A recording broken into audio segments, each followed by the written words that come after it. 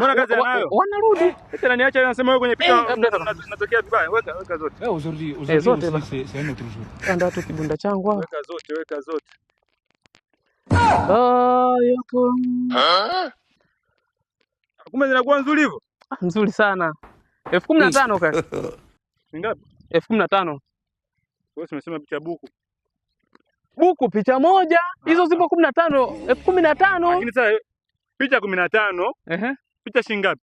1,000. Lakini sasa zote si ni mimi, kwani wewe umepiga tu tofauti?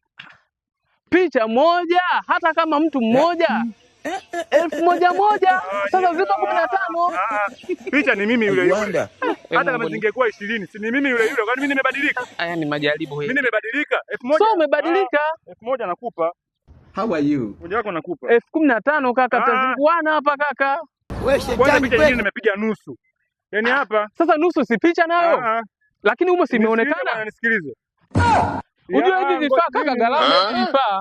Hivi vifaa ni gharama kaka, ndio maana picha 1,000 tumekubaliana hapa tunapiga na gharama. Wewe unafikiri mpaka nasikia umri huu nimetumia gharama shilingi ngapi? God have mercy upon us. Si wewe, hii ni luxury ndio maana unapost.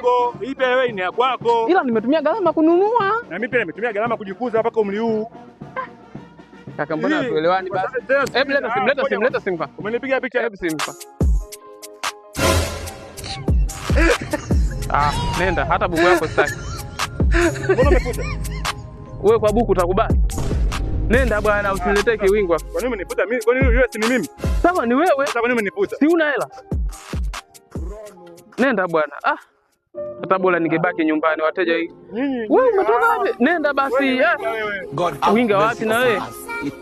Mungu epusha nao wateja wa ajabu. Mimi nikajua basi napata hata 15,000.